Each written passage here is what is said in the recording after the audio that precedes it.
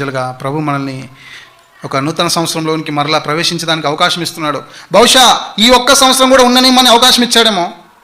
అలా ఎన్ని సంవత్సరాలు దాటిపోతున్నాము. ప్రభు కొరకై ఫలిస్తున్నామా? మారు మనసుకు తగిన ఫలం ఉందా? మంచి ఫలాలు ఉన్నాయా? దేవుడు మనల్ని ఏర్పరిచి ఈ సియోన్ అనే ఈ యొక్క తోటలో నాటినాడు.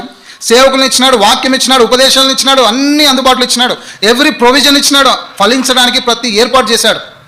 కానీ ఫలించలేకపోతే చూడండి, యెషయా గ్రంథము 5వ అధ్యాయంలో ఆ యొక్క యజమానుడు ఏమంటాడు? ఒక మాట అంటాడు చూడండి. యెషయా గ్రంథం 5వ అధ్యాయానికి రండి.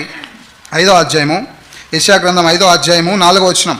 నేను నా ద్రాక్ష తోటకు చేసిన దానికంటే మరేమి దానికి చేయగలను? ఈ ద్రాక్ష తోటకు నేను చేసిన దానికంటే ఇంకెక్కువేం చేయాలా?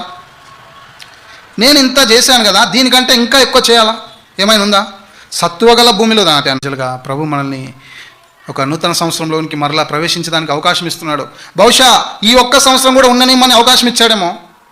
అలా ఎన్ని సంవత్సరాలు దాటిపోతున్నాము. ప్రభు కొరకై ఫలిస్తున్నామా? మారు మనసుకు తగిన ఫలం ఉందా? మంచి ఫలాలు ఉన్నాయా? దేవుడు మనల్ని ఏర్పరిచి ఈ సియోన్ అనే ఈ యొక్క తోటలో నాటినాడు. సేవకులను ఇచ్చినాడు, వాక్యం ఇచ్చినాడు, ఉపదేశాలను ఇచ్చినాడు, అన్నీ అందుబాటులో ఇచ్చినాడు, ఎవ్రీ ప్రొవిజన్ ఇచ్చినాడు, ఫలించడానికి ప్రతి ఏర్పాటు చేశాడు. కానీ ఫలించలేకపోతే చూడండి, యెషయా గ్రంథము 5వ అధ్యాయంలో ఆ యొక్క యజమానుడు ఏమంటాడు? ఒక మాట అంటాడు చూడండి. యెషయా గ్రంథం 5వ అధ్యాయానికి రండి. 5వ అధ్యాయము, యెషయా గ్రంథం 5వ అధ్యాయము 4వ వచనం.